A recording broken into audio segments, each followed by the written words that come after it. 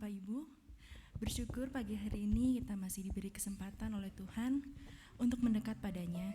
Kita percaya bahwa Tuhan senantiasa menunggu kita dan kita menemukan satu kasih yang abadi yang akan membawa hidup kita menjadi lebih baik. Saat ini kita mau memandang wajah Tuhan, kita akan mengikuti kebaikan Tuhan, kita mau mengejar kehadiran Tuhan di dalam hidup kita. Kita akan membawa sembah kita kepadanya dan menyatakan kebesarannya, serta menjadikan hidup kita benar-benar berkenan di hadapannya.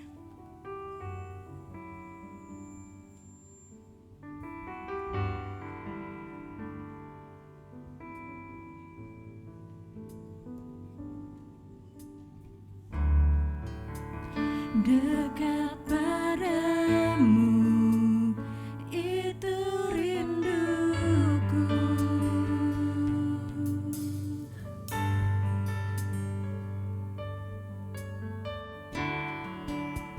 Setiap kataku, kau pun menunggu.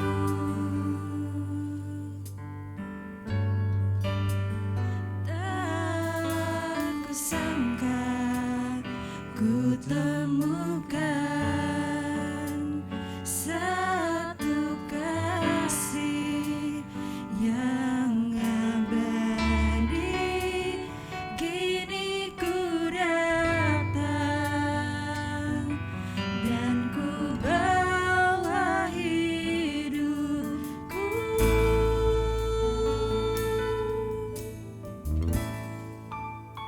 Memandang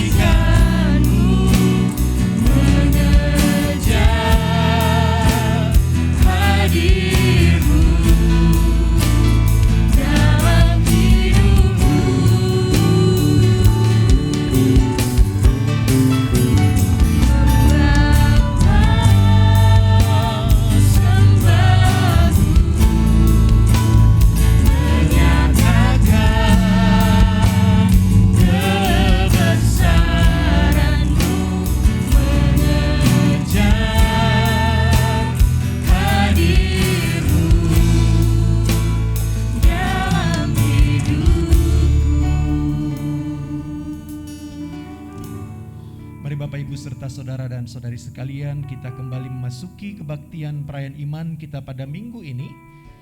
Dan biarlah kita memulainya dengan satu pengakuan bahwa sumber pertolongan kita adalah di dalam nama Tuhan, Sang Pencipta langit bumi dan segala isinya, yang di dalam kasih dan kesetiaannya tidak pernah meninggalkan buah perbuatan tangannya.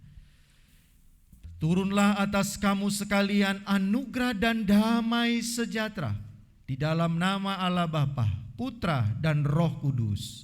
Amin. Mulia bagi Bapa,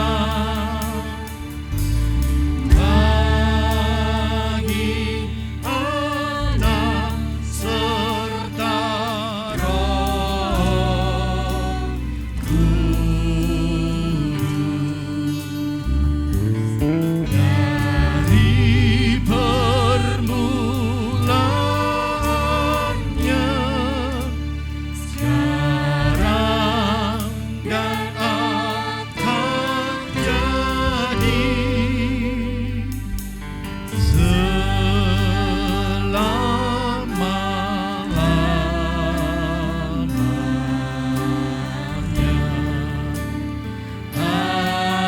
Amin. Mazmur 23 berbunyi demikian. Tuhan adalah gembalaku, takkan kekurangan aku. Ia membaringkan aku di padang yang berumput hijau. Ia membimbing aku ke air yang tenang. Ia menyegarkan jiwaku. Ia menuntun aku di jalan yang benar oleh karena namanya. Sekalipun aku berjalan dalam lembah kekelaman, aku tidak takut bahaya, sebab Engkau besertaku. Gadamu dan tongkatmu itulah yang menghibur aku. Engkau menyediakan hidangan bagiku di hadapan lawanku. Engkau mengurapi kepalaku dengan minyak, pialaku penuh melimpah. Kebajikan dan kemurahan belaka akan mengikuti aku seumur hidupku, dan aku akan diam dalam rumah Tuhan sepanjang masa. Amin, amin, amin. Amin, amin,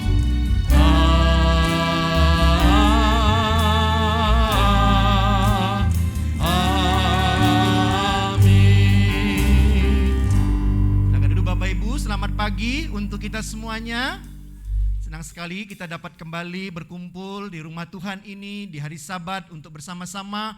Kita juga kembali boleh mengenang bagaimana cinta kasih Tuhan yang sungguh begitu nyata, bahwa Tuhan telah hadir ke dunia ini, dan Ia hadir bukan untuk menjadi tuan atau raja, tetapi Ia menjadi hamba yang menderita, dan penderitaannya di atas kayu salib itulah dan kebangkitannya lah yang telah memberikan keselamatan bagi hidup kita. Jadi kita patut selalu syukuri, dan biar dalam setiap ibadah minggu kita boleh kembali mengenang peristiwa itu, sehingga dengan demikian juga hari-hari kita boleh lalui di dalam keyakinan ada Tuhan yang telah memberi kemenangan dalam hidup kita. Bapak Ibu, kita doakan juga untuk seluruh kegiatan pelayanan yang dilakukan di gereja ini, terlebih lagi dalam rangka menyambut ulang tahun gereja GKMI Bandung yang ke-40. Panitia khususnya ini dilayani oleh majelis yang demisioner sedang mempersiapkan untuk lomba-lomba ya. Jadi Bapak Ibu boleh didukung ya, di warta juga sudah terpampang apa akan ada kegiatannya. Jadi dukunglah itu, dan sepertinya nanti akan dimulai, kalau nggak salah dimulai dari bulan Oktober. Setelah ibadah kedua akan ada lomba-lomba, dan sepertinya tidak sampai lama-lama sih lombanya Bapak Ibu. Jadi mohon juga kerjasamanya, dukungannya supaya kita bisa meramaikannya, memberi keceriaan, kegembiraan, dan nanti pemenang-pemenangnya akan diumumkan dan diberikan hadiah di hari ulang tahun gereja kita. Direncanakan di akhir bulan Oktober kita akan melaksanakannya, sekaligus juga untuk melantik majelis yang sudah boleh terpilih. Nah, majelis juga yang terpilih sudah coba berembuk kemarin hari Minggu yang lalu, dan sudah terbentuk struktur ya organisasinya, tapi belum diumumkan kali ya. Nanti saja diumumkan, sudah terbentuk. Dan biarlah itu mereka juga boleh melanjutkan ya tongkat estafet dari Pak Danu, untuk terus boleh membawa gereja ini menjadi lebih baik, dan tentunya juga menjadi gereja yang bisa lebih berbuah lagi di dalam kehidupannya. Selamat beribadah, Tuhan Yesus memberkati. Shalom Bapak Ibu. Saya undang Bapak Ibu untuk bangkit berdiri. Mari Bapak Ibu, kita mau menyatakan kesetiaan kita di hadapan Tuhan. Dan kita juga mau merasakan kesetiaan Tuhan di dalam kehidupan kita. Kita tahu Tuhan memegang hidup kita. Dan dengan sepenuh jiwa kita yakin dan percaya bahwa Tuhan menuntun langkah-langkah kita. Karena ialah Tuhan sumber kekuatan dan kuasa-Nya tercurah bagi kita semua. Amin.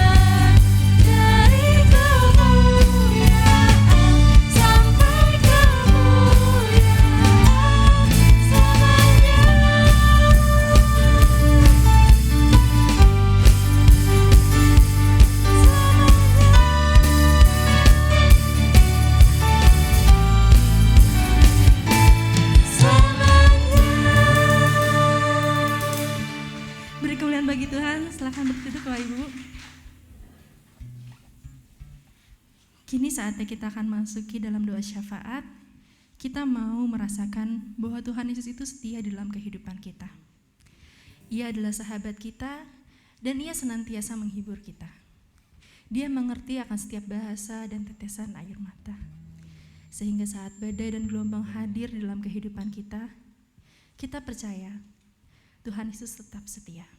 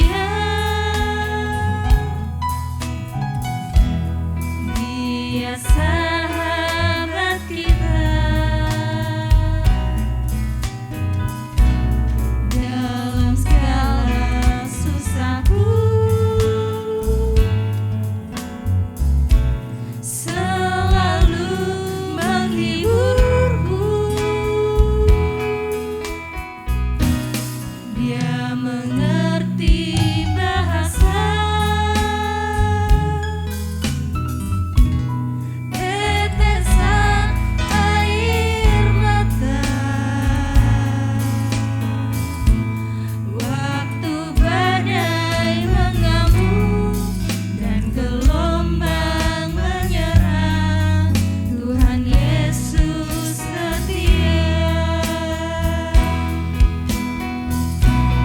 Dia mengerti bahasa,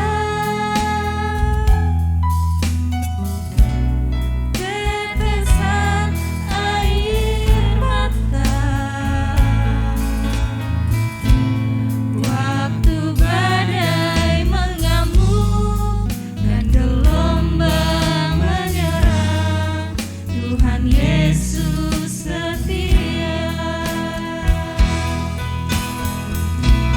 Dia mengerti bahasa, tetesan air mata, waktu badai mengamuk dan gelombang menyerang, Tuhan Yesus setia. Tuhan Yesus setia. Tuhan Yesus setia.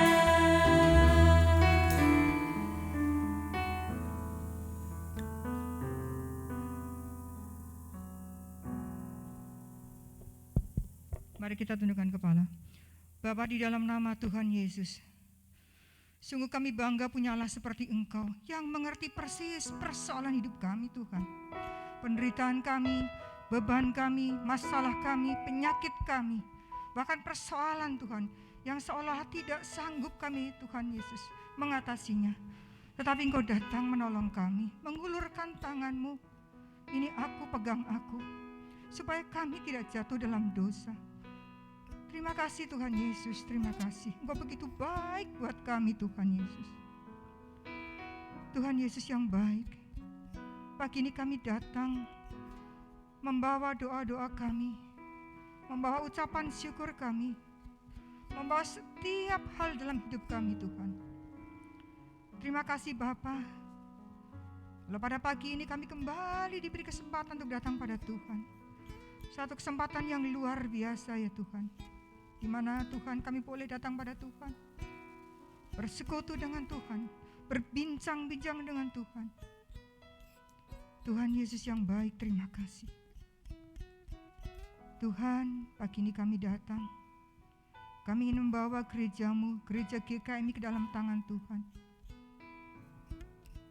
Kalau Engkau sudah Tuhan menolong, membimbing, memberikan hikmat pada anak-anak-Mu, sehingga boleh Tuhan Yesus dirikan gereja-Mu, gereja GKMI di tempat ini. Kami percaya Tuhan, Engkau tidak pernah tinggal diam. Engkau tidak pernah lepaskan kami. Engkau pegang kami Tuhan. Engkau berikan hikmat kepada kami, supaya kami terus ada untuk memuliakan nama Tuhan. Mari Engkau juga memberkati hamba-Mu yang sedang Kau utus ke tempat ini, Bapak El, Ibu dan putrinya. Biar mereka boleh terus Tuhan Yesus mengemban tugas-Mu, mengabarkan banyak kebenaran-Mu Tuhan Yesus, sehingga banyak jiwa boleh diselamatkan. Kami tahu Tuhan di kanan kiri gereja-Mu tempat ini, depan belakang, masih banyak jiwa-jiwa yang belum mengenal Engkau. Mereka masih mencari-cari Tuhan di mana keselamatan. Tuhan, biarlah tempat ini Tuhan, gereja-Mu ini Tuhan, boleh menjadi wadah Tuhan, supaya banyak orang boleh diselamatkan ya Tuhan Yesus. Bapa di sorga, terima kasih. Kami juga berdoa Tuhan Yesus, untuk anak-anak-Mu yang sudah Engkau tunjuk Tuhan, untuk melanjutkan estafet kepemimpinan Tuhan di gereja-Mu tempat ini. Mari Engkau juga jamah ya Tuhan Yesus, memberikan hikmat akal dari sorga, Engkau menolong, Engkau menjamah, memberkati secara luar biasa, sehingga gereja ini boleh terus maju dan maju ya Tuhan. Banyak jiwa-jiwa boleh datang kepada Tuhan. Terima kasih Bapak, Engkau juga memberkati Tuhan ya setiap komisi yang ada, baik dari yang paling kecil Tuhan, sekolah minggu, remaja, pemuda, komisi perempuan, komisi Bapak, Usinda, Engkau jamah semuanya ya Tuhan Yesus. Kami juga berdoa Tuhan Yesus, mungkin saat ini Tuhan, ada anak-anak-Mu Tuhan yang saat ini sedang berkeluh kesah. Persoalan tidak selesai-selesai soalnya. Satu datang, yang lain belum selesai, ini datang lagi. Tapi kami percaya Tuhan, pada pagi ini kami bersatu hati di dalam nama Tuhan Yesus. Engkau yang akan turun tangan menyelesaikan masalah ini. Kami juga berdoa Tuhan, mungkin saat ini ada yang sakit Tuhan. Berbagai macam dokter, obat-obatan. Tetapi mereka tidak kunjung sembuh. Kami tahu Engkau lah dokter di atas segala dokter ya Tuhan. Kami percaya Tuhan, saat ini adalah masa yang luar biasa. Mari Kau jamah anak-Mu Tuhan Yesus. Dan di dalam nama Tuhan Yesus Kau juga menyembuhkan, memulihkan Tuhan Yesus. Terima kasih Bapak, terima kasih. Kami juga berdoa mungkin saat ini ada rumah tangga yang sedang kacau balau Tuhan. Anak meninggalkan orang tuanya, orang tua meninggalkan anak. Suami meninggalkan istri, istri meninggalkan suami. Tuhan pada pagi kami berdoa Tuhan. Di dalam nama Tuhan Yesus persatukan Tuhan anak-anak-Mu ini Tuhan kembali. Kami juga berdoa, mungkin ada anak-anak-Mu Tuhan Yesus yang saat ini membutuhkan pekerjaan. Mereka dikeluarkan bahkan dari perusahaannya. Untuk masa-masa yang tidak mudah saat ini Tuhan. Tapi kami tahu ada Tuhan Yesus yang luar biasa, yang sanggup menolong Tuhan Yesus. Terima kasih Bapak, terima kasih. Kami juga berdoa Tuhan untuk anak-anak-Mu yang saat ini masih studi. Dari TK, SD, SMP, SMA, kuliah, bahkan sampai yang kelanjutan lebih tinggi. Kami serahkan semua dalam tangan Tuhan. Engkau berkati anak-anak-Mu ini Tuhan Yesus, supaya boleh menjadi cahaya-cahaya di tengah gelapnya dunia ini. Tuhan, kami juga berdoa Tuhan Yesus, untuk bangsa Indonesia yang kami kasihi dan Engkau juga mengasihinya. Engkau memberkati pemerintahan bangsa ini Tuhan Yesus. Engkau menjamah bangsa ini, mengampuni Tuhan Yesus, dan memulihkan bangsa ini Tuhan Yesus. Engkau juga menjamah Tuhan setiap anak-anak-Mu yang ada di pemerintahan Tuhan, supaya mereka boleh melakukan tugas dan tanggung jawab dengan takut kepada Engkau Tuhan. Ada waktunya Engkau akan datang. Saat itulah Tuhan mereka harus bertanggung jawab. Terima kasih Tuhan Yesus, terima kasih. Terima kasih Bapa. Akhirnya Tuhan, kami juga berdoa Tuhan Yesus untuk gereja-gereja Tuhan yang saat ini Tuhan Yesus sedang berbakti bersama-sama dengan kami. Engkau juga memberkati ya Tuhan Yesus. Hamba-hamba Tuhan yang ada di pelosok, gereja-gereja Tuhan yang tidak boleh berdiri, yang tidak boleh beribadah, dihambat Tuhan. Kami juga berdoa, kuatkan anak-anak-Mu di sana ya Tuhan Yesus. Terima kasih Bapak, terima kasih. Akhirnya Tuhan kami serahkan Tuhan kebaktian pada pagi ini Tuhan ke dalam tangan Tuhan. Engkau berkati Tuhan Yesus. Bila sebentar firman Tuhan akan diberitakan, urapi hamba-Mu secara khusus. Urapi juga kami semua yang mendengarkan, supaya kami boleh pulang Tuhan dengan bawa berkat dari Tuhan. Terima kasih Tuhan Yesus, berkati anak-anak-Mu yang pada pagi ini melakukan pelayanan ya Tuhan Yesus. Terima kasih Bapa, terima kasih Tuhan. Kami mau serahkan hari-hari ke depan kami ke dalam tangan Tuhan. Setiap langkah kaki kami, setiap helai nafas kami Tuhan, kami mau serahkan dalam tangan Tuhan. Kami mau fokus hanya kepada Tuhan Yesus yang luar biasa. Terima kasih Bapa, dalam nama-Mu kami mengucap syukur, kami alaskan doa ini, dan kami percaya Tuhan, Engkau menjawab lebih daripada yang kami minta. Doa kami jauh dari sempurna, Engkau lah yang maha sempurna, Engkau lah juru syafaat yang paling baik ya Tuhan Yesus. Haleluya, amin. Kini saatnya kita akan memasuki ke dalam pemberitaan firman Tuhan. Kita akan menyiapkan hati kita menjadi ladang yang subur. Kita tahu Tuhan Yesus adalah gembala yang baik. Di saat kita hancur hati dan di saat kita tidak mengerti banyak hal di dalam kehidupan kita mau datang kepadanya. Karena kita percaya Dia yang memberikan kekuatan dan penghiburan kepada umat-Nya.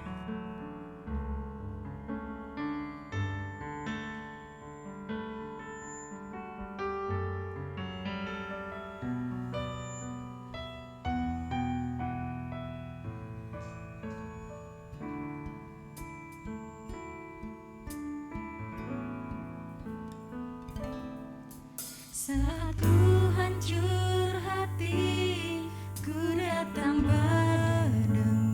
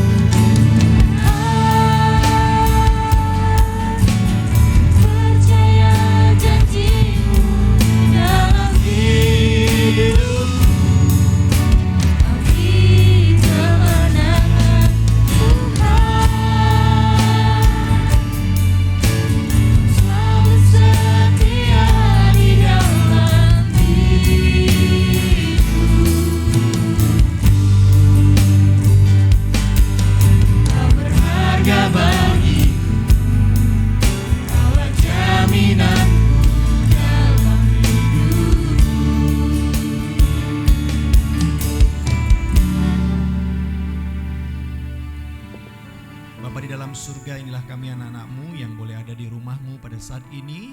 Kami juga mau mendengarkan permenungan firman-Mu. Biarlah pertolongan yang dari Engkau boleh juga dicurahkan untuk membuka hati dan pikiran kami, sehingga firman yang juga boleh kami dengarkan permenungannya ini menjadi firman yang juga boleh tinggal diam di dalam diri kami dan juga boleh mewujud di dalam kehidupan ini. Karena itu Tuhan, hadirlah dan izinkan juga hamba-Mu ini untuk boleh berkata-kata. Biarlah apa yang akan disampaikan juga boleh seturut dengan kehendak-Mu. Demi Kristus kami berdoa dan memohon. Amin. Silakan dulu Bapak Ibu, Saudara dan Saudari.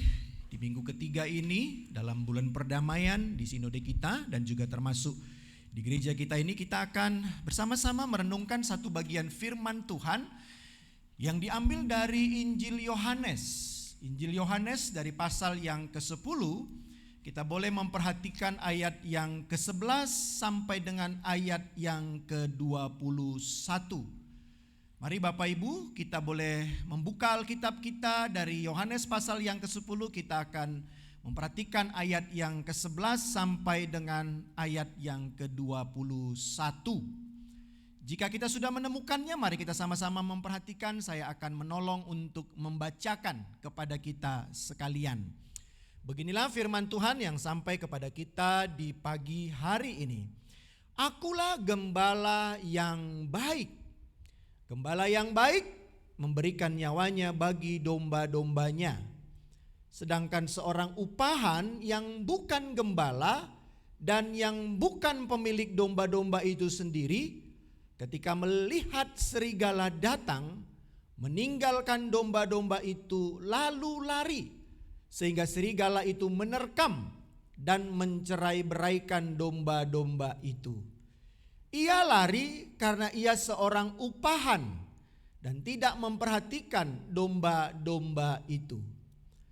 Akulah gembala yang baik, dan aku mengenal domba-dombaku, dan domba-dombaku mengenal aku. Sama seperti Bapa mengenal aku dan aku mengenal Bapa, dan aku memberikan nyawaku bagi domba-dombaku. Ada lagi padaku domba-domba lain yang bukan dari kandang ini. Domba-domba itu harus kutuntun juga, dan mereka akan mendengarkan suaraku, dan mereka akan menjadi satu kawanan dengan satu gembala. Bapa mengasihi aku, oleh karena aku memberikan nyawaku untuk menerimanya kembali. Tidak seorang pun mengambilnya daripadaku, melainkan aku memberikannya menurut kehendakku sendiri. Aku berkuasa memberikannya dan berkuasa mengambilnya kembali. Inilah tugas yang kuterima dari Bapakku. Maka timbullah pertentangan di antara orang-orang Yahudi karena perkataan itu. Banyak di antara mereka berkata, ia kerasukan setan dan gila. Mengapa kamu mendengarkan dia? Yang lain berkata, itu bukan perkataan orang yang kerasukan setan. Dapatkah setan memelekkan mata orang-orang buta? Sampai sejauh itu pembacaan firman Tuhan. Berbahagialah kita yang selalu setia membaca firman, merenungkannya, dan juga mau menjadi orang yang lebih setia lagi untuk berjuang ya dengan penuh kesungguhan untuk mewujud nyatakan firman Tuhan itu di dalam seluruh kehidupan kita setiap saat. Ya Bapak Ibu, tema kita adalah gembala yang baik. Nah, saya mau cerita Bapak Ibu, beberapa hari yang lalu, tepatnya di hari Rabu ya, saya itu mengikuti persekutuan hamba Tuhan wilayah 1 PGM 1 yang ada di GKMI Immanuel ya, di Cipayung, dekat dengan pelatnas PBSI ya, bulu tangkis. Nah Bapak Ibu, saya sendiri ya berangkat menggunakan mobil gereja. Nah dalam perjalanan itu Bapak Ibu, saya ya supaya tidak ngantuk karena sendiri mendengarkan radio ya. Mendengarkan radio, mau masang Spotify, ternyata kuota saya belum terisi gitu ya, habis. Jadi ya saya mendengarkan radio saja gitu ya. Mendengarkan radio, nah ada satu radio itu menarik sekali Bapak Ibu. Di tengah-tengah situasi kita saat ini, radio itu ya bukan penyiarnya itu tidak berkata-kata banyak, tapi penyiarnya itu memunculkan quote-quote yang kalimat-kalimat bijak yang begitu luar biasa, ya. Menarik, menyentuh. Nah, Bapak Ibu, saya menemukan itu pada saat itu dalam perjalanan itu ada kalimat bijak yang menyampaikan tentang bagaimana kita memaknai kehidupan, begitu ya. Di tengah-tengah lagi situasi kita pada saat ini. Menarik sekali, walaupun dia pakai bahasa Inggris ya, tapi juga ada terjemahannya, memang disampaikan juga bahasa Indonesianya, Bapak Ibu. Menarik sekali, dan di tengah-tengah situasi kita pada saat ini yang begitu semakin berat ya, dengan naiknya bahan bakar minyak, BBM, ya, yang juga luar biasa. Kalau sekarang kita lihat di SPBU, justru naik BBM bukan juga lancar mengisi bahan bakarnya ya, tapi juga mengantri begitu ya. Kemarin juga saya ngisi begitu untuk motor istri yang supaya dia pakai hari Senin tidak habis bensinnya. Wah, itu juga mengantri begitu panjang, mengular gitu, sampai juga di jalan begitu orang mengantri, khususnya sepeda motor gitu. Sungguh luar biasa, harga-harga juga sudah mulai meranjak naik gitu ya. Sementara mungkin pendapatan kita tetap aja gitu ya. Jadi tidak mengikuti ya, tidak ada persoalan sebenarnya kalau naik bahan bakar minyak, tapi pendapatan kita mungkin 2 kali meningkat daripada harga bahan bakar itu. Tapi ternyata tidak sepertinya. Nah, Bapak Ibu, menarik sekali dalam perjalanan itu saya mendengar di radio ini, dia menyampaikan tentang pilihan hidup ini gitu. Di antara materi yang ada. Nah, dia katakan itu, lalu ya walaupun tidak sama, tapi saya coba cari tahu apa sih yang dia sampaikan ya dari quote itu, boleh dicetik. Nah, Bapak Ibu, kalimat bijaknya seperti ini, Bapak Ibu. Ada 2 ini. Nah, boleh dicetik itu memang. Nah, ini yang saya dapatkan, Bapak Ibu. Itu ternyata juga kutipan dari kutipan motivator-motivator. Salah satunya itu dari Robert Kiyosaki gitu. Dia katakan bahwa hanya ada 2 hal yang dapat Anda investasikan. Ya, jadi hanya ada 2 hal yang bisa kita investasikan di dunia ini, yaitu waktu dan uang. Ya, waktu dan uang. Tapi Robert Kiyosaki itu menyatakan, melihat bahwa dari 2 hal yang bisa diinvestasikan ini, ternyata waktu itu lebih penting ya untuk kita investasikan. Nah, kadang-kadang kita kan lebih sering kali menginvestasikan uang. Tapi menurut beliau bahwa yang lebih penting itu adalah waktu lebih penting kita investasikan. Yang kedua, jika kamu membuang uang, maka kamu akan kehilangan uang. Ya. Tetapi sebaliknya, namun jika kamu membuang waktu, maka kamu akan kehilangan bagian terbesar dalam hidupmu. Kira-kira kita sepakat enggak Bapak Ibu dengan kalimat bijak ini dalam hidup kita? Nah, seringkali kita ini dalam hidup kita ini kan hanya kita landaskan dengan berbagai macam materi. Itu menjadi hal yang paling pokok dalam hidup kita. Uang, materi, segala-galanya itu menjadi bagian kita. Padahal sesungguhnya juga kalau kita lihat dengan penuh kejernihan, maka sesungguhnya bukan yang menjadi paling pokok itu adalah hidup kita ini harus berdasarkan tentang uang dan materi. Tetapi waktu itu menjadi sesuatu hal yang sangat penting untuk kita kelola, untuk kita hidupi. Ya, di tengah-tengah mungkin situasi kita saat ini yang membuat kita gelisah dengan segala income kita yang tidak meningkat, ya, harga-harga meningkat, lalu seringkali itu membuat kita menjadi orang yang hidup di dalam kegelisahan yang begitu luar biasa, lalu tidak lagi mengelola waktu dalam hidup ini dengan baik. Ya, akhirnya mungkin relasi di dalam rumah tangga tidak lagi menjadi hangat. Karena mungkin kita sebagai orang tua, sebagai kepala keluarga, ya gimana caranya ini saya harus lebih banyak bekerja di luar. Akhirnya kita kehilangan waktu dalam hidup ini. Nah, Bapak Ibu, saudara dan saudari, perlu kita menyadari akan hal ini supaya kita tidak terjebak dengan hanya memikirkan materi, memikirkan uang, tetapi kita tidak mengelola waktu yang Tuhan berikan itu di dalam kehidupan kita ini. Ya. Nah, Bapak Ibu sekalian, kalau kita juga boleh sadari kembali, ya hidup kita ini kan sedang hidup yang berjalan. Kita semua hidup kita ini semua tanpa kecuali kita sedang berjalan, dan dalam perjalanan itu kita sedang menuju ke tempat keperhentian kita terakhir. Kita ini sebenarnya sedang menuju ke tempat titik terakhir perhentian kita. Dan kita juga perlu menyadari bahwa kita tidak bisa menarik mundur Ya jangan dulu kita menstop, oh jangan dulu. Saya belum mau sampai ke titik perhentian itu. Tidak bisa Bapak Ibu. Semua kita sedang berjalan, suka atau tidak suka, senang atau tidak senang.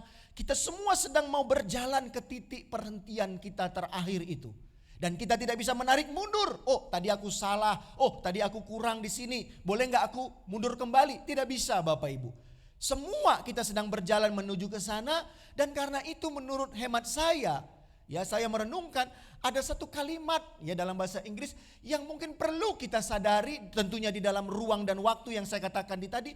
Maka dalam hidup ini kita perlu selalu memiliki sebuah sikap, yaitu all out dalam segala sesuatu yang Tuhan berikan.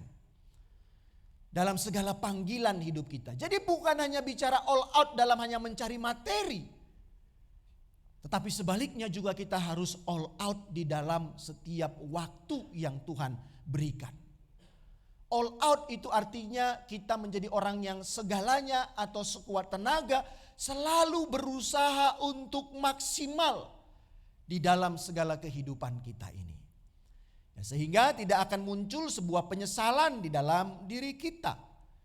Tetapi di dalam setiap keberadaan kita, di dalam setiap keberadiran kita, waktu yang Tuhan berikan dalam setiap keberadaan itu, kita muncul dan hadir di dalamnya secara all out, secara maksimal dalam segala perjumpaan, dalam segala kesempatan, dalam segala apa yang dipercayakan dalam hidup kita ini, kita all out di dalamnya, kita sekuat tenaganya, maka sesungguhnya materi itu akan mengikuti kita. Tapi jangan dibalik Bapak Ibu, kita all out dulu di dalam materi, tetapi di dalam kehidupan yang lain kita tidak all out. Tetapi kalau kita sudah all out di dalam kehidupan ini, maka saya yakin juga segala materi itu akan mengikuti dalam kehidupan kita ini. Nah hal ini juga sepertinya Bapak Ibu kalau kita lihat di dalam diri Yesus. Yesus tahu bahwa ia tidak selamanya ada di dunia ini, betul ya? Kalau diduga dia hanya melayani itu kurang lebih berapa tahun Bapak Ibu? Secara dia pelayanan 3 tahun kurang lebih begitu ya. Ya dia meninggal, dia pergi meninggalkan dunia ini di usia 33 tahun. Dia mulai pelayanan di usia 30. Itu memang karena tradisi keyahudian usia itu baru layak untuk mulai mengajar Bapak Ibu. Jadi usia 30 itu usia yang sudah dianggap dewasa untuk mulai berpelayanan. Walaupun Yesus juga sebelumnya waktu masih kecil juga dia sudah berdebat, berdiskusi di bait Allah. Tapi Bapak Ibu kita tahu bahwa Yesus itu tidak selamanya di dunia. Ada batasan atau waktu kehadirannya. Karena itu Bapak Ibu kalau kita lihat di dalam kehidupan Yesus yang hadir di dunia ini, dalam keterbatasannya itu, Yesus selalu all out di dalam segala apa yang dia boleh kerjakan di dunia ini. Dalam waktu keberadaannya. Gak ada waktu yang disia-siakan oleh Yesus. Gak ada waktu yang dibuang dengan percuma oleh Yesus. Bahkan pagi-pagi benar pun itu menjadi waktu yang sangat intim bagi dia untuk dia juga boleh berdoa kepada Tuhan. Pagi juga bukan menjadi waktu untuk dia terus berleha-leha.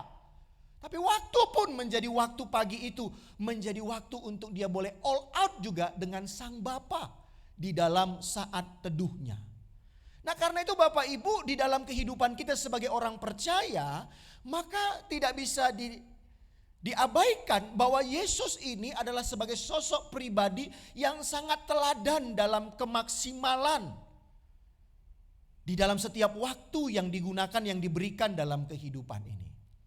Nah kalau kita orang-orang yang mengaku sebagai pengikut Kristus, ya bahkan juga kita sebagai orang-orang GKMI Bandung yang selalu ya kalau pelayanan itu ya sebelum mulai kan menjadi seperti Kristus itu kan kita ungkapkan ya. Nah berarti juga Bapak Ibu satu hal yang harus ada di dalam jati diri kita sebagai orang-orang percaya dan dalam hal ini orang-orang GKMI khususnya GKMI Bandung, maka orang-orang GKMI Bandung itu adalah orang-orang yang juga menjadi orang-orang yang all out dengan sekuat tenaga juga memaksimalkan segala waktu yang diberikan oleh Tuhan. Jadi nggak ada waktu yang disia-siakan Nah, dalam bentuk apa? Ya dalam bentuk semua yang dipercayakan Tuhan dalam hidup ini. Dalam pekerjaanmu, dalam keluargamu, dalam apapun yang sedang Tuhan percayakan dalam hidupnya, maka tidak perlu melihat ke sana ke sini, tapi semua kepercayaan yang sedang engkau miliki itu, pertanyaannya apakah engkau sudah menjadi seorang yang all out di dalamnya. Walaupun mungkin engkau hanya seorang ibu rumah tangga. Ya, seorang ibu rumah tangga itu pun juga harus menjadi ibu rumah tangga yang all out sekuat tenaga untuk boleh hadir di dalam keluarganya. Nah, kalau itu tidak hadir, itulah yang menyebabkan kadangkala banyak persoalan muncul menjadi generasi-generasi kita. Minggu lalu kita belajar tentang generasi-generasi itu, ya. Itu hanya gambaran-gambarannya Bapak Ibu, ya. Tetapi hakikatnya harusnya setiap keluarga bisa menghadirkan keluarga-keluarga yang berkualitas. Nah Bapak Ibu, sekarang kita mau lihat bagaimana Yesus yang all out itu juga di dalam teks bacaan kita pada pagi hari ini. Nah Bapak Ibu, kalau kita boleh melihat dunia Yesus pada saat dia hadir di dunia ini, paling tidak dia hadir di dalam dua dunia, ya, yang sedang terjadi, yaitu dunia pertanian, ya, karena masyarakat agraris yang sedang dia hadapi belum masuk kepada zaman industri gitu ya. Karena pada Yesus hadir, ketika dia hadir melayani pada waktu itu, ya dua dunia inilah yang paling kontras, yang paling kuat ada di sana. Dunia pertanian dan juga dunia peternakan. Ya, Yesus ada di tanah di sana. Oleh karena itu kalau kita membaca pengajaran-pengajaran Yesus, dia selalu memberi perumpamaan-perumpamaan yang berkaitan dengan dunia pertanian dan juga dengan dunia peternakan. Ya, misalnya sang penabur yang menaburkan bibit itu ya, benih-benih itu kan juga dunia pertanian. Ada yang di batu, ada yang di pasir dan segala macam. Itu sangat mudah dipahami oleh masyarakat yang ada di sana dan juga peternakan. Nah, teks bacaan kita ini berbicara tentang Yesus yang sedang mau menyampaikan tentang dunia peternakan, yaitu tentang gembala. Ya, mungkin kalau kita di sini agak sulit di daerah Bandung, ya, tentang gembala. Ya, karena kita mungkin di sini rata-rata sudah sangat tidak lagi memiliki, ya, konsep gambaran tentang gembala itu seperti apa begitu. Nah, Bapak Ibu, kalau sedikit gambaran, gembala itu pada waktu lampau, pada zaman Yesus itu punya peranan yang sangat besar dalam menjaga kawanan ternak yang dipercayakan kepadanya. Jadi Bapak Ibu, kita patut menduga sekali seorang gembala pada saat itu bukanlah owner daripada ternak-ternak yang ada dia gembalakan. Gembala itu hanya seorang pekerja, seorang buruh yang diberi kepercayaan oleh sang Tuhan untuk menggembalakan kawanan ternak. Ia bukan pemiliknya. Nah, dengan demikian Bapak Ibu berarti ada sebuah tanggung jawab yang sangat besar di dalam diri seorang gembala. Kenapa? Karena keselamatan semua ternak itu tergantung sekali pada sang gembala itu. Kalau dia ownernya langsung, dia menjadi gembala sekaligus, mungkin ya dia tidak begitu ya, walaupun mungkin dia tetap harus khawatir menjaganya dengan apa. Tapi ya karena milik dia ya mungkin ya kalaupun dimakan serigala ya mungkin dia paling ya sial begitu. Tidak untung begitu. Tapi ini gembala yang Yesus pada sampaikan itu, ini adalah seorang pekerja. Yang artinya dia menerima upah dari sang tuannya dan upah itu dia akan dapatkan kalau dia mampu menjaga keselamatan semua ternak itu dengan baik. Nah, maka tidak ada alasan pada zaman Yesus itu kalau seorang gembala itu yang diberi kepercayaan, dia tidak menjadi seorang gembala yang all out. Kalau dia tidak all out, selesai dia. Selesai Bapak Ibu.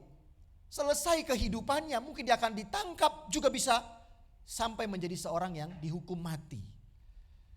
Nah Bapak Ibu, saya membaca literatur pada zaman itu, biasanya mereka itu akan membawa kawanan ternak itu ke padang rumput, ya jauh daripada kota. Itu mereka mungkin hanya beberapa orang gembala-gembala itu. Mereka ada di sana dan ternaknya itu tidak hanya 1-2, mungkin bisa sampai 100 ekor mereka bawa ya di padang rumput. Dan paling persoalan yang paling menggetarkan itu adalah ketika malam tiba biasanya.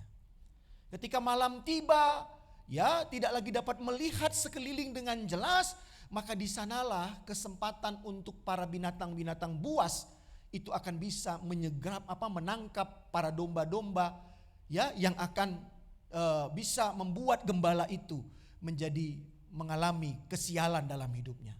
Nah karena itu Bapak Ibu katanya diduga ada beberapa cara. Gembala itu biasanya juga pergi tidak hanya dengan tubuhnya tapi membawa kayu-kayu Bapak Ibu. Jadi ketika di padang rumput itu di malam hari mereka dari sorenya sudah mempersiapkan itu kandang sementara. Jadi kayu-kayu itu dibuat lingkaran lalu ya domba-domba itu dimasukkan ke dalamnya supaya menjaga mengurangi. Lalu ada pintunya dan gembala itu biasanya harus tinggal di depan pintu itu. Jadi mereka lah yang pertama sekali harus berhadapan dengan binatang-binatang buas. Atau katanya yang kedua, kalau tidak di padang rumput itu mereka akan mencari gua.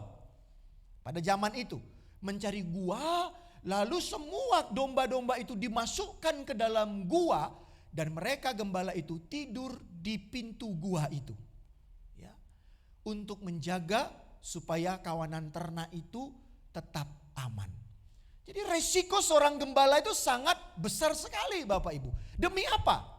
Demi keselamatan daripada kawanan ternak tersebut. Mereka yang akan terlebih dahulu menghadapi persoalan, menghadapi ancaman, yang harus siap untuk dihadapi semua itu. Dan karena itu seorang gembala dalam waktu yang mereka miliki sebagai panggilan sebagai gembala itu, maka mereka menjadi seorang gembala yang all out di dalamnya. Nah karena itu Bapak Ibu teks bacaan kita ini sepertinya Yesus sedang mau memberikan standar tentang seorang gembala yang baik itu. Apakah itu Bapak Ibu? Ada beberapa yang boleh kita lihat dari teks bacaan kita. Yang pertama ukuran gembala yang baik itu. Di tengah-tengah mungkin banyak gembala-gembala yang lain, tetapi Yesus mendefinisikan, menyampaikan kepada orang banyak, ya walaupun kalau kita baca ayat sebelumnya juga Yesus menggunakan kata pintu, begitu, akulah pintu. Jadi dalam Yohanes 10 ini Yesus tuh memberikan dua gambaran tentang siapa dirinya. Yang pertama itu pintu, akulah pintu, begitu. Lalu juga dijelaskan lagi tentang gembala. Bapak Ibu nanti bisa baca secara lengkap di pasal 10 itu. Nah apa ukurannya yang pertama Bapak Ibu? Kalau kita lihat di ayat yang ke-11. Yesus mengatakan ukuran gembala yang baik itu adalah gembala, akulah gembala yang baik. Gembala yang baik itu adalah gembala yang memberikan nyawanya bagi domba-dombanya. Jadi artinya seorang gembala yang baik itu dia adalah gembala yang all out. Dan salah satu wujud all outnya sekuat tenaganya adalah dia siap untuk memberikan bukan hartanya. Tapi memberikan apa yang lebih penting? Memberikan nyawanya Bapak Ibu. Nyawa. Ya kalau bahasa Yunaninya itu tertulis itu dalam artian yang lain adalah nafas. Sumber kehidupan yang utama. Artinya seorang gembala yang baik itu memberikan nyawanya bagi domba-dombanya adalah ia mau dengan sukarela, dengan penuh kebahagiaan untuk memberikan nafasnya, sumber kehidupannya kepada domba-dombanya. Nah, ketika saya merenungkan tentang nafas ini Bapak Ibu, maka kalau kita boleh mengingat tentang ketika proses penciptaan. Lalu Tuhan kan menciptakan manusia itu segambar dan serupa dengan Allah begitu ya. Lalu manusia itu sudah hidup gak Bapak Ibu ketika Tuhan menciptakan? Ya diciptakan gitu ya. Ya mungkin seperti apa begitu dirangkai, dipahat sedemikian rupa. Sudah hidup gak Bapak Ibu? Belum kan? Manusia itu bisa hidup, Adam itu bisa hidup ketika Allah itu ngapain Bapak Ibu? Allah itu menghembuskan nafasnya. Ya, jadi Bapak Ibu dari sini kita bisa melihat bahwa ternyata di dalam kehidupan kita ini sesungguhnya yang sangat penting itu adalah nafas. Makanya saya sering memberikan sebuah joke gitu ya. Kenapa sih manusia itu meninggal Bapak Ibu? Apa yang menjadi persoalan membuat manusia itu meninggal? Salah satu persoalannya kenapa manusia itu meninggal adalah karena dia lupa bernafas. Bisa nggak manusia itu meninggal kalau dia tidak lupa bernafas? Tetap bisa hidup ya walaupun mungkin dalam keadaan koma begitu. Tapi ketika dia tidak lagi bernafas berarti selesai Bapak Ibu. Jadi dari sini kita boleh belajar juga. Yang paling penting ini juga bukan bicara tentang materi kita, tentang segala macam. Tapi yang paling penting di sini adalah nafas kehidupan yang Tuhan berikan dalam hidup kita ini. Ya, saya ingat Bapak Ibu beberapa bulan yang lalu, beberapa waktu yang lalu, ibu mertua itu opnam di rumah sakit, ya harus pakai infus. Ya bersyukur sekali Bapak Ibu, negara kita didukung dengan program BPJS. Saya tidak bisa membayangkan kalau tidak didukung oleh BPJS itu. Berapa kos biaya yang harus dikeluarkan. Ya, tapi itu nol, tidak ada. Ya hanya membayar iuran setiap bulannya, subsidi silang sebenarnya itu kan. Ya kita yang sehat sebenarnya kita sedang mendukung orang yang sedang sakit. Dana kita yang kita masukkan, kita tidak berobat, maka dana kita itu dipakai oleh orang lain untuk mereka juga bisa berobat. Nah nafas Bapak Ibu. Nah karena itu standar yang pertama gembala yang baik itu, yang ini adalah Yesus, adalah ketika dia mau memberikan nyawanya. Memberikan nafas sumber kehidupan yang utamanya demi siapa? Demi sang domba-domba itu. Ini menunjukkan bahwa gembala yang baik di bagian pertama ini adalah dia adalah gembala yang tidak cari aman untuk dirinya sendiri, tapi mau pasang badan untuk domba-dombanya. Ketika saya renungkan ini juga Bapak Ibu lalu melekat dengan jabatan kependetaan saya, wow ini berarti menjadi sesuatu yang juga berat ini. Ya, berarti saya juga harus mau menjadi seorang gembala yang siap pasang badan. Untuk siapa Bapak Ibu? Untuk gembala-gembala yang Tuhan percayakan. Saya gembalakan. Berarti juga saya mungkin berpikir, Tuhan berarti jangan banyak-banyaklah domba-dombanya gitu ya. Ya jangan selalu tambah ada asistasi masuk begitu terus ya. Wah kalau semakin banyak asistasi masuk nanti, waduh ini gimana nih? Makin banyak ini saya harus pasang badan ini. Ya. Untuk si Robi begitu ya. Kalau dia nanti jadi punya masalah ya berarti saya harus pasang badan. Ini Bapak Ibu siap untuk mengorbankan dirinya. Itu gembala yang baik. Kenapa? Karena Yesus lihat di dalam kehidupan masyarakat pada saat itu pun sesungguhnya juga banyak gembala-gembala dalam tanda petik. Di ayat yang ke-12 dikatakan, sedangkan seorang upahan yang bukan gembala dan yang bukan pemilik domba-domba itu sendiri, perhatikan, ketika melihat serigala datang, meninggalkan domba-domba itu, lalu lampain Bapak Ibu, lari. Sehingga akhirnya apa? Serigala itu menerkam dan mencerai-beraikan domba-domba itu. Oh, sangat berat sekali standarnya Bapak Ibu.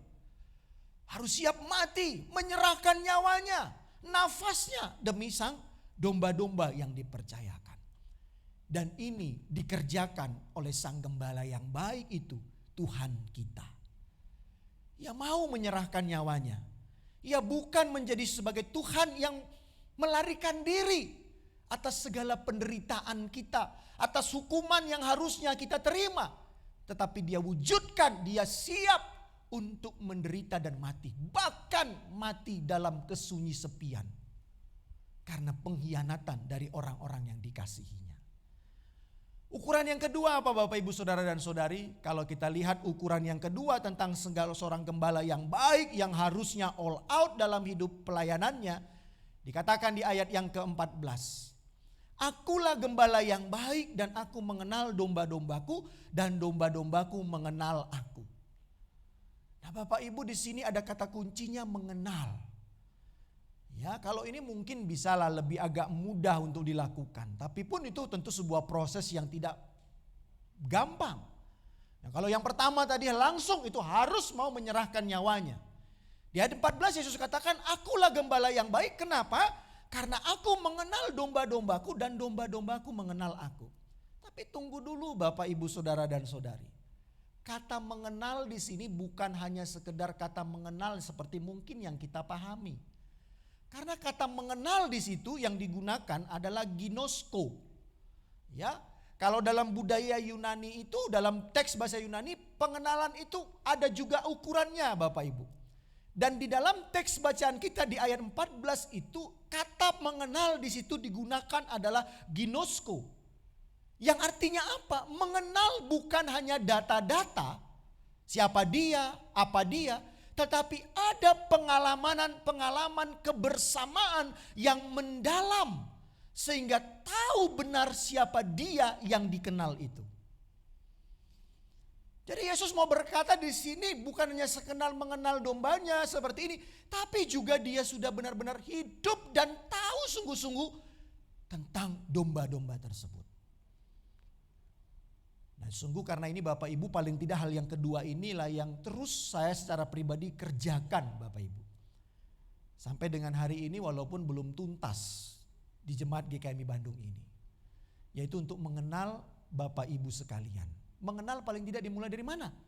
Di mana engkau tinggal. Ya, hari itu kemarin ya Pak. Ya, Pak Surung itu ya. Ya tiba-tiba saja saya inspeksi ke sana. Ya beberapa minggunya sudah saya tanya di mana tinggal gitu kan. Ya udah, saya tanya gitu. Oh, dulu di situ ya. Wah, langsung Bapak Ibu. Ya terkejut dia lagi pakai kaos kutang gitu kan. Langsung saya datang gitu. Sida gitu ya. Pak Pendeta gitu, mungkin wajahnya agak merah walaupun kulitnya agak hitam sebenarnya tapi merah gitu ya.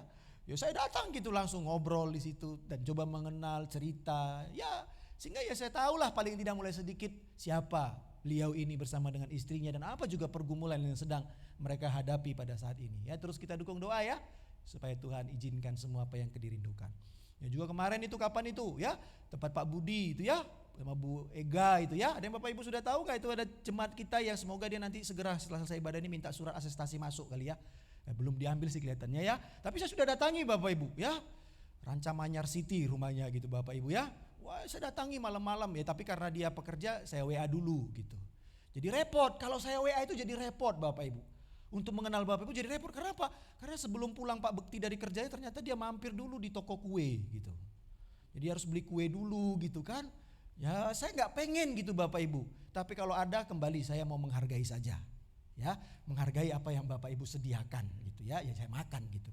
Saya kenal, coba mengenal apa juga bagaimana cerita hidup mereka. Ya, dulu juga bagaimana mengenal Bapak Ibu. Nah ini Yesus katakan. Jadi bukan hanya sekenal pengenalan data, tapi juga harus mengenal secara mendalam siapa dia. Makanya saya sering bilang Bapak Ibu sebuah gereja itu harusnya jangan terlalu banyak jemaatnya. Bukan menjadi sebuah standar kalau jemaat satu gereja itu beribu-ribu lalu itu dikategorikan sebagai gereja yang sukses. No Bapak Ibu. Karena apa? Karena kalau sampai jemaatnya itu sudah beribu, saya yakin Bapak Ibu gembalanya, pendetanya pasti tidak akan bisa mengenal domba-dombanya.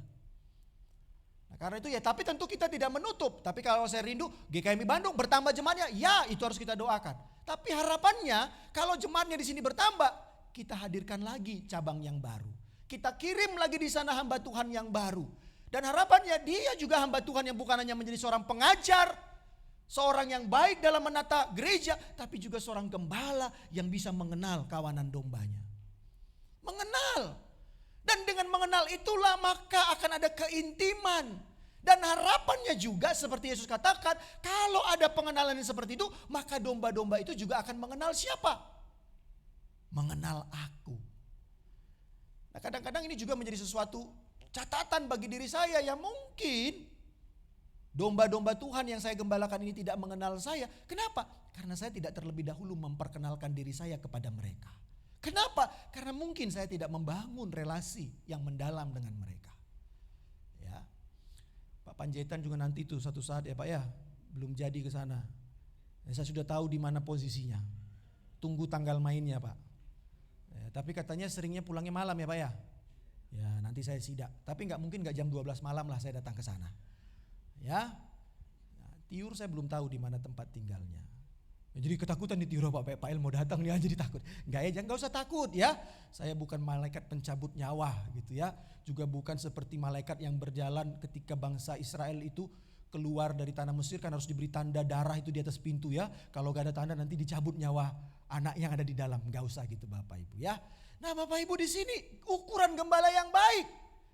Nah kenapa Bapak Ibu? Karena pengenalan yang mendalam itu maka bersedia untuk all out bagi sang domba-domba itu. Yesus mengenal kita Bapak Ibu. Bahkan tidak ada satupun yang bisa kita sembunyikan dari hadapan dia. Kenapa? Karena dia sang pencipta kita. Nah karena dia tahu tentang apa yang menjadi kebutuhan kita, maka dia juga menjadi seorang pribadi yang all out kepada dirinya. Tapi sekarang persoalannya sebaliknya di ayat 14 itu. Apakah kita juga domba-domba yang mengenal sang gembala yang baik itu. Kalau gembala itu pasti dia mengenal domba-dombanya. Tapi Bapak Ibu, yang menjadi catatan penting di ayat 14 ini adalah apakah domba-domba itu juga mengenal sang gembala agung itu.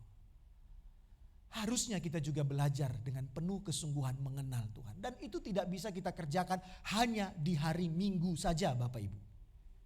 Tetapi dalam setiap kehidupan kita ini, kita belajar untuk mengenal sang gembala itu. Yang ketiga Bapak Ibu, yang sepertinya terselip, yang tidak kelihatan, ya. Yesus katakan kalau di ayat tadi itu dia berkata, akulah gembala. Tapi ada juga satu lagi ukuran gembala yang baik. Di ayat 16 Bapak Ibu. Di ayat 16 Yesus berkata, ada lagi padaku domba-domba lain yang bukan dari kandang ini. Domba-domba itu harus kutuntun juga, dan mereka akan mendengarkan suaraku, dan mereka akan menjadi satu kawanan dengan satu gembala. Ini menunjukkan gembala itu bukan menjadi seorang gembala yang eksklusif dan tertutup. Tetapi gembala yang baik itu adalah gembala yang selalu terbuka kepada siapapun, apapun, dan seperti apapun mereka itu. Jadi gembala yang baik itu bukan menjadi gembala yang pilih-pilih kasih. Hanya mengasihi jemaatnya saja. Lalu ada orang luar tidak dikasihi. Tidak, gembala yang baik itu juga harus mengasihi saudara-saudara yang lainnya. Nah, ini sama Bapak Ibu sesungguhnya juga dengan sebuah kriteria gereja yang baik. Apa itu standar gereja yang baik Bapak Ibu? Standar gereja yang baik itu ada enggak? Ada Bapak Ibu. Saya pernah baca menurut seorang ahli. Dia mengatakan Bapak Ibu, standar gereja yang baik itu adalah ketika ada seorang yang tidak punya apa-apa dan bukan siapa-siapa, ia tidak mengalami ketakutan untuk datang dalam persekutuan di tempat itu. Ya, mungkin bajunya itu Mbah Renggo gitu ya. Bajunya itu Mbah Renggo, dikumbah, dikumbah, dijemur lalu dipakai gitu. Hanya satu bajunya mungkin. Ya itu saja, tapi dia tidak pernah takut dan sungkan untuk datang dalam persekutuan itu. Nah, itu juga arti terapannya apa kepada diri kita? Kalau kita juga menjadi jemaat Tuhan, berarti kita juga menjadi jemaat yang selalu terbuka kepada siapapun dan bagaimanapun dia. Ya, tidak menjadi seorang gembala yang eksklusif. Ini sering menjadi sebuah warning bagi kita. Memberi ruang kepada domba-domba yang lain. Apapun ceritanya Bapak Ibu. Ya, apapun ceritanya. Saya minggu lalu itu mendengarkan khotbahnya Pak Paulus Sugeng itu di GKI. Dia dengan berani berkata, gereja bagaimana keberpihakannya kepada orang-orang yang mempunyai orientasi seks yang tidak dalam tanda petik tidak normal. Nah, biasanya gereja seringnya jadi apa? Penghakim kan? Tapi ada enggak gerakan gereja juga yang boleh membuka tangan terbuka kepada orang-orang seperti itu? Kepada domba-domba yang seperti itu. Yang mungkin orientasi seksnya tidak sama dengan kita. Tidak normal dalam tanda petik. Itu fakta dan realita Bapak Ibu. Harusnya kita juga menjadi seperti itu. Terbuka, bukan berarti kita menyetujui pilihannya. Tetapi kita menerima dia sebagai ciptaan Tuhan. Dan kita dipanggil di sana untuk memberitakan Injil. Nah Bapak Ibu, seringkali kita kan tertutup dengan hal itu. Ya, dan akhirnya membuat mereka akhirnya menjadi orang-orang yang lepas. Apalagi misalnya dengan sekarang orang-orang anak muda yang semakin mulai dengan pemikiran-pemikirannya yang sangat revolusioner. Nah, bagaimana juga gereja terhadap hal itu? Nah, Bapak Ibu, hal yang ketiga menunjukkan gembala yang baik itu adalah artinya gembala yang terbuka bagi siapa saja. Walau itu juga bisa menyebabkan hal-hal buruk terjadi bagi sang gembala. Ya, kalau dia terbuka berarti dia rentan, bisa saja dihantam begitu Bapak Ibu. Tapi inilah sebagai sebuah simbol salib. Gembala itu juga menjadi seorang sosok pribadi yang rentan, yang juga bisa dihantam ketika dia juga menerima siapapun itu. Siapapun itu. Saya yakin teman-teman yang ada di Cilegon ini sekarang, khususnya yang ada di Serang, itu pendeta yang HKBP di Serang itu teman saya, itu adik angkatan saya. Ya, pendeta di sana itu kan jemaat-jemaat dari Cilegon itu kan beribadahnya kan ke Serang mereka. Sampai berapa kilometer, 50 berapa kilometer. Sampai 2 jam mereka harus ke itu. Karena ada juga jemaat yang terjauh itu di Anyer segala macam. Itu kemarin ada di TikTok tuh ada wawancara, itu salah satu pendetanya di Hakab itu, mereka tuh di Serang itu beribadahnya Bapak Ibu di satu gereja itu katanya ibadahnya itu sampai 11 kali. 11 kali karena bergantian. Bergantian, karena itu bukan hanya satu gereja, karena tidak bisa dibuat segala macam begitu ya. Itu 11 kali itu. Ya, dari yang pertama itu dari jam 6:30 katanya, sampai yang nanti tersore itu sampai jam 7 malam. 11 kali bergantian. Termasuk dengan saudara-saudara yang ada di Cilegon itu Bapak Ibu. Mereka kan berani membuka diri. Dan berarti apa? Harus siap juga. Kalau pendeta yang memang hanya di Serang itu mungkin dia bisa bilang, ngapain aku terlalu repot ya. Itu urusan orang Serang lah, biar saja. Tapi dia juga ikut berdiri, berhadapan. Ya, untuk mempersiapkan diri. Dan itu bisa membuat dia juga akan diintimidasi nanti. Untuk juga akan bisa mengalami apa? Ketidaknyamanan. Tetapi itulah peranan daripada seorang gembala itu. Yang terbuka bagi siapa saja walaupun bisa menyebabkan hal buruk bagi sang gembala. Maka Bapak Ibu, akhirnya kalau kita boleh lihat, menjadi gembala itu tidaklah mudah. Ia penuh dengan tantangan yang silih berganti akan datang. Dan Yesus lakukan itu dengan sukacita untuk kita. Kita memiliki gembala yang baik. Kalau saya belum tentu menjadi gembala yang baik. Tetapi kita memiliki gembala yang begitu luar biasa baik dan sudah betul-betul teruji. Dan itu ada dalam diri Yesus. Kita punya gembala agung yang baik. Yang telah memberikan hidup kita sudah menjadi aman dan nyamanlah. Karena dalam pemeliharaannya. Ia bukan ada di dalam gua itu. Tetapi ia ada di luar gua untuk langsung menghadapi semua tantangan-tantangan. Demi siapa? Demi kita para domba-dombanya. Dan itu digunakannya dan dilakukannya secara maksimal. Dan karena itu sekarang juga Bapak Ibu panggilannya bagi kita. Berita baiknya sudah disampaikan, kita punya gembala yang baik. Tetapi juga sekaligus sekarang berita panggilannya bagi kita untuk kita juga menjadi orang-orang yang memaksimalkan juga sang gembala baik itu yang sudah berkarya dalam hidup kita.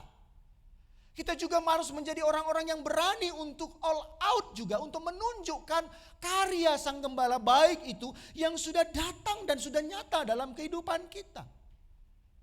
Ya mungkin kita tidak bisa 100% plek sama dengan Tuhan Yesus. Mungkin kita masih ada rasa ketakutan, kekhawatiran untuk kita juga pasang badan demi orang-orang, demi saudara-saudara seiman kita. Mungkin kita masih takut, jangan gitu.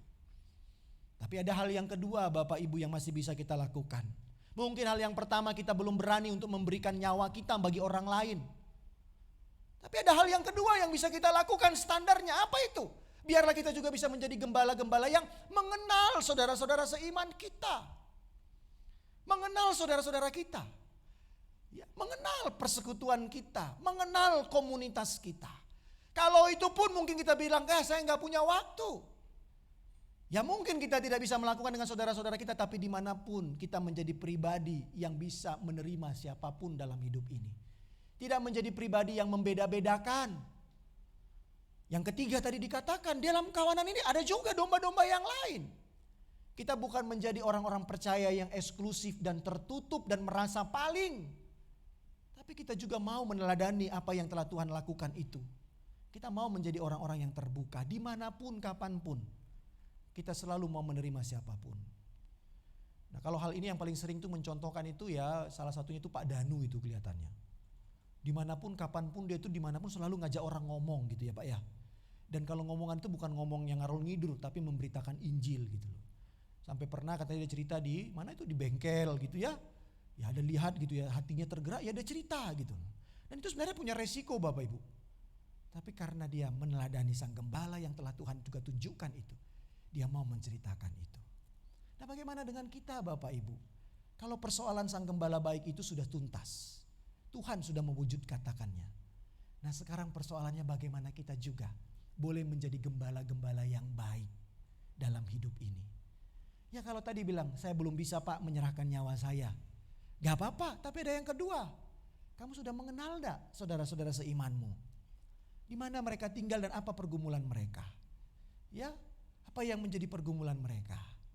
Nah, kita mengenal mereka. Ya, dan sehingga dengan itu juga membuat mereka mengenal kita. Tapi mengenal dalam arti kebaikannya tentunya, bukan mengenal ini orang yang buruk. Kalaupun tidak, yang itu yang ketiga. Kita juga menjadi orang yang selalu terbuka kepada siapapun, ramah kepada siapapun. Bukan menjadi orang yang eksklusif, tertutup. Ya, karena Tuhan kita memberi teladan dan Dia all out dalam hal itu. Bapak, Ibu, Saudara dan Saudari, saya mau tutup khotbah ini dengan kesaksian. Ya, khususnya tadi di bagian yang kedua, ya. Kalau bagian pertama mungkin ini adalah sebuah pergumulan dalam diri saya sebagai seorang gembala. Tapi bagian kedua paling tidak saya boleh mengukur, ya saya sudahlah dikenal oleh kawanan domba Tuhan yang Tuhan percayakan. Dan bahkan Bapak Ibu, bukan hanya orang tua yang mengenal saya, ya, tapi juga anak-anak sudah mengenal saya. Wujudnya apa? Buktinya apa Bapak Ibu? Nah, beberapa waktu yang lalu kan ada bazar ya, komisi anak Bapak Ibu. Nah, setiap ibadah kedua kita kan doakan anak-anak itu ya. Saya bersyukur sekali dalam hati saya, anak-anak tidak ada yang takut kalau saya deketin. Biasanya banyak itu dulu ya, kalau ketemu pendeta itu kan banyak anak-anak yang ketakutan gitu kan. Takut nanti ditanya-tanya gitu ya, takut sekali. Nah Bapak Ibu, sebelum bazar itu beberapa minggunya itu ada satu anak yang saya deketin. Saya tanya, besok kan itu ada bazar ya, kamu udah punya kupon gitu ya. Sudah Pak Pendeta, kata gitu. Berapa kuponmu? Banyak, katanya gitu. Lalu saya bilang begini, kamu mau gak besok juga beliin lah untuk Pak El martabak kalau ada. Beliin ya untuk Pak El martabak. Lalu dia mengangguk, ya Pak Pendeta, kata gitu. Bapak Ibu, itu mungkin kalimat basa-basi saja ya. Saya juga tidak berharap gitu. Tapi apa yang terjadi Bapak Ibu? Ketika bazar itu berlangsung, saya melayani di sini, selesai Bapak Ibu, dan bazar itu rame di luar ya, memang tidak ada martabak tapi ada kue apa itu ya. Ternyata Bapak Ibu, apa yang terjadi? Anak itu mencari saya. Mencari saya Bapak Ibu. Ya, dia ketemu sama Budita gitu ya, dia bilang, "Mana Pak El?" katanya gitu. "Mana Pak El?" "Pak El masih di atas, masih khotbah." "Kenapa?" "Nih saya mau kasih martabak," katanya gitu kan, mau kasih kue sama Pak El.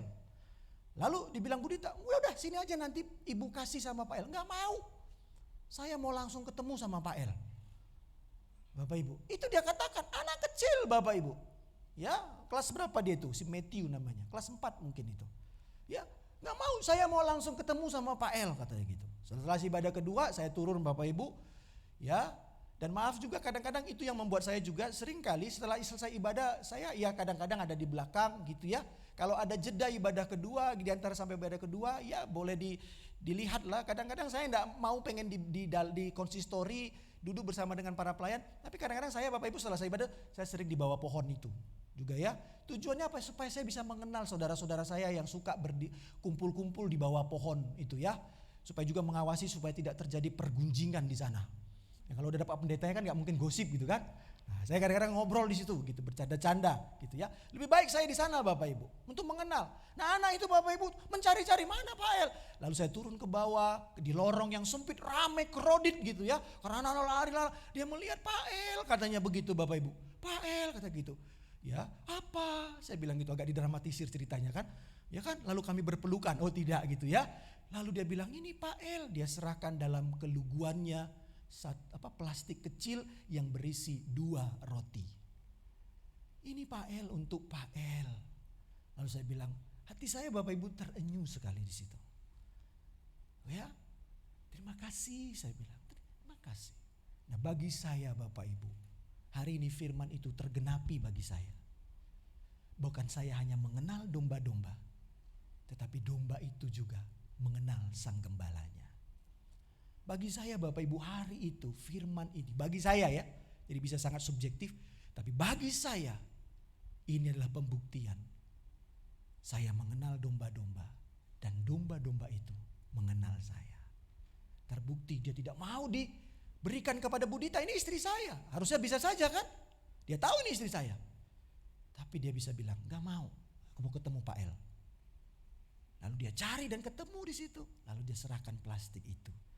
Sederhana Bapak Ibu. Mungkin kalau secara materi berapalah itu. Tapi bagi saya itu adalah pemberian yang luar biasa. Pemberian yang tidak ternilai harganya. Karena dia seorang anak yang tahu memberi kepada gembalanya. Bayangkan kalau itu juga kita letakkan dalam relasi kita kepada Tuhan. Tuhan tidak ada yang tidak mengenal Bapak Ibu. Tuhan mengenal semua kita ini. Tapi pertanyaannya, ada gak hati kita seperti anak kecil itu? Yang juga selalu rindu, ingin berlari, menerobos siapapun. Mungkin ada orang yang coba mau menghentikan, udah sama saya saja. Tidak. Saya akan mencari gembala itu. Dan saya akan menjumpa dia. Dan saya akan memberi apa yang ada pada saya. Sederhana mungkin, hal kecil.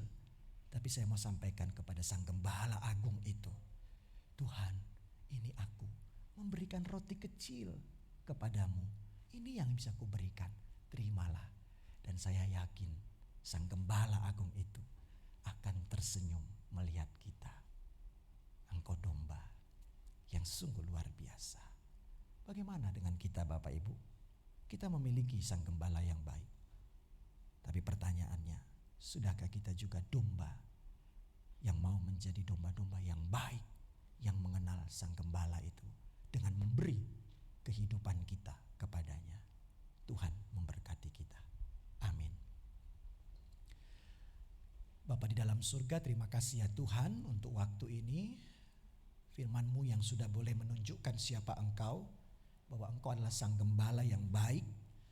Biarlah itu menjadi sesuatu yang menyenangkan hati kami, bahwa kami bukan menjadi orang yang sendirian dalam kesunyi-sepian di dunia ini, tapi sungguh kami memiliki Engkau Sang Gembala yang baik. Gembala yang mau memberi nyawa, gembala yang mengenal kami akan segala apa yang menjadi dalam kebutuhan kami, gembala juga yang menerima orang-orang yang asing, dan biarlah itu juga menjadi satu karakter yang boleh muncul dalam diri kami. Bukan hanya kami bersyukur karena memiliki Sang Gembala yang baik yang membuat hidup kami aman dan nyaman, tapi sebaliknya dalam aman dan kenyamanan itu membuat kami juga menjadi domba-domba yang bergerak meneladani kehidupan Sang Gembala yang baik itu. Demi Kristus tolonglah kami. Amin.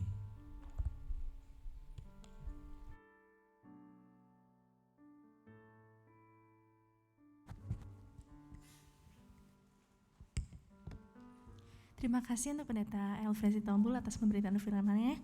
Kiranya dapat menjadi rema di dalam kehidupan kita. Saatnya kita akan memberikan kesembahan. Saya undang untuk yang melayani pada pagi hari ini.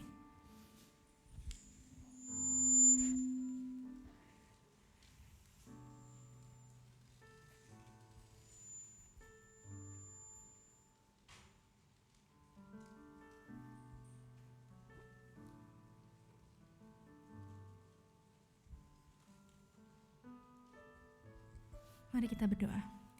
Bapa di surga, kami mengucap syukur pada hari ini atas firman yang ada daripada-Mu. Biarlah firman yang sudah disampaikan oleh hamba-Nya dapat tertanam di setiap hati kami, menjadi kekuatan bagi kami dalam menjalankan kehidupan kami. Serta untuk hamba-Mu yang telah menyampaikan firman Tuhan pada hari ini, kiranya Engkau yang memberkati dalam kehidupannya, dalam pelayanannya, agar firman-Mu dapat semakin dibentangkan. Dan kini saatnya kami akan memberikan persembahan syukur kami untuk pelayanan di tempat ini. Kami mohon Tuhan berkati persembahan yang akan kami persembahkan. Kiranya apa yang kami beri dapat menjadi berkat dan hanya untuk kemuliaan-Mu saja.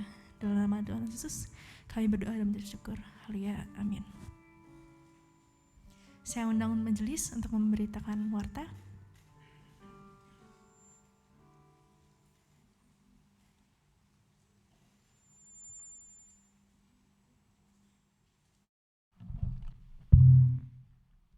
Shalom, jemaat yang dikasihi Tuhan. Mohon perhatiannya untuk warta hari ini. Pertama-tama kami menyambut kehadiran Bapak Ibu semua yang sudah boleh hadir beribadah bersama-sama dengan kita semua di sini. Tuhan terus memberkati untuk kita semua. Ya, juga mengucapkan terima kasih untuk pelayanan Bapak Gembala kita, Bapak Elfrezi Tombul, untuk pemberitaan firman Tuhan hari ini. Bapak Ibu, pada minggu pertama bulan Oktober, kita akan mengadakan perjamuan kudus. Jadi itu adalah hari perjamuan kudus. Kita akan mengadakan juga bersama-sama pada ibadah ke-1 dan ke-2 di minggu pertama Oktober. Dan bulan depan gereja kita akan berulang tahun yang ke-40. Dan nanti di dalam ulang tahun yang ke-40 ini majelis mengajak semua jemaat dan komisi untuk ikut merayakan dengan cara ikut perlombaan nanti yang akan dilaksanakan di minggu kedua dan ketiga.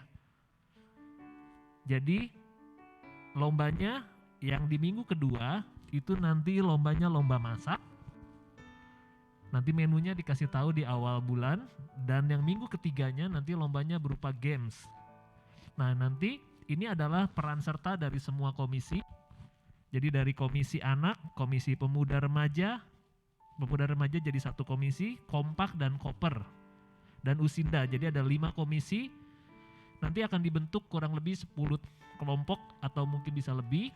Jadi nanti setiap komisi mengirimkan 10 kelompok dan nanti akan digabungkan untuk jadi lomba. Ya. Jadi mohon setiap ketua komisi boleh mengirim utusan-utusannya untuk ikut. Jadi nanti dari anak, komisi pemuda remaja, komisi usinda, komisi bapak dan komisi perempuan. Ya, jadi kita meriahkan ulang tahun gereja kita yang ke-40. Dan juga untuk para remaja di hari Sabtu tanggal 24 September jam 9:30 ada ibadah remaja dengan tema mengejar damai, diambil dari Nats Roma 14 ayat 9. Ya, jadi mohon para remaja juga boleh ikut hadir di komisi remaja. Dan yang terakhir adalah selamat ulang tahun kepada Ibu Nursiana Nainggolan dan Bapak Daud Christian Hadi Prasetya pada tanggal 21 September. Sekian warta hari ini, Tuhan Yesus memberkati. Kini saatnya kita akan mengakhiri ibadah kita pada pagi hari ini.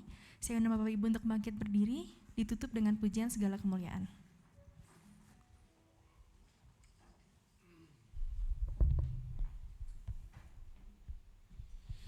Mari Bapak Ibu Saudara dan Saudari, kita akan segera undur dari rumah Tuhan ini, tapi biarlah kita undur dengan sebuah semangat hidup yang baru, dengan sukacita yang baru, bahkan juga menggunakan setiap kehidupan kita untuk menjadi kehidupan yang mempermuliakan Tuhan.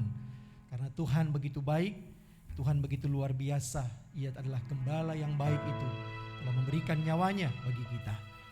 Semoga Allah damai sejahtera menguduskan kamu seluruhnya. Dan semoga roh, jiwa, dan tubuhmu terpelihara sempurna dengan tak bercacat pada kedatangan Yesus Kristus Tuhan kita. Ia yang memanggil kamu adalah setia. Ia juga akan menggenapinya. Pulanglah dan terimalah berkat dari Tuhan. Kiranya Allah yang sang sumber pohon pengharapan kekal abadi itu akan memenuhi kamu dengan segala kesukaan dan sentosa di dalam iman kepada Yesus Kristus, supaya makin kayalah kamu di dalam pengharapan itu oleh sebab kuat kuasa Roh Kudus sekarang dan selama-lamanya. Amin. Segala Kemuliaan hanya bagi Tuhan, segala hormat pujian hanya bagi Tuhan.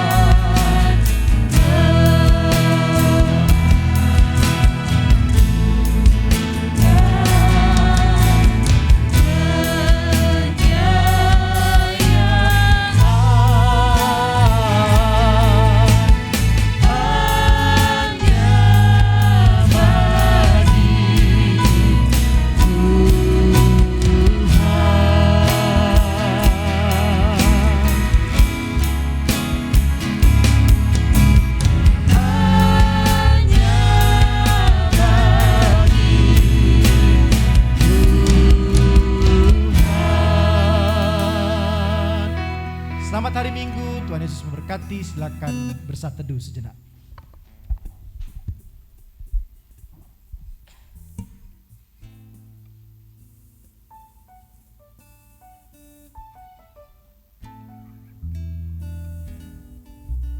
Selamat hari Minggu Bapak Ibu, Tuhan Yesus memberkati.